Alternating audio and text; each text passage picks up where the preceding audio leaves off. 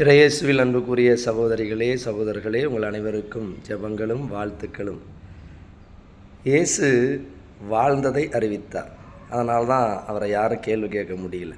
இன்றைக்கு கிறிஸ்துவ பெரியோர்கள், மக்களை வழிநடத்துகிற நாம் எல்லோருமே நாம் வாழ்ந்ததை தான் அறிவிக்கணும். அதனால்தான் திருத்தொண்டர் பட்டத்திற்கு முன்னால் திருத்தொண்டரிடம் நீ இறைவார்த்தை கேட்கவும் கேட்பதை வாழவும் வாழ்ந்ததை அறிவிக்கவும் வாக்களிக்கிறீரா என்று கேட்பார்கள். ஆக எல்லா பெரியவர்களுமே, பெற்றோர்களும் பெரியோர்களும் எல்லோருமே நாம் வாழ வேண்டும். எதை? கடவுளுடைய வார்த்தையை, கடவுளுடைய கட்டளைகளை நாம் வாழ வேண்டும்.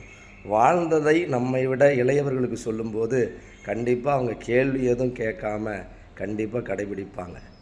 அன்புக்குரியவர்களே, இது மிகப்பெரிய கடினமான வேலைதான். சொல்லுதல் யாருக்கும் எளிய அறியவாம், சொல்லிய வண்ணம் செயல் என்று திருவள்ளுவர் சொல்லியிருக்கிறார். சொல்கிறது ஈஸி, போதிப்பது ஈஸி.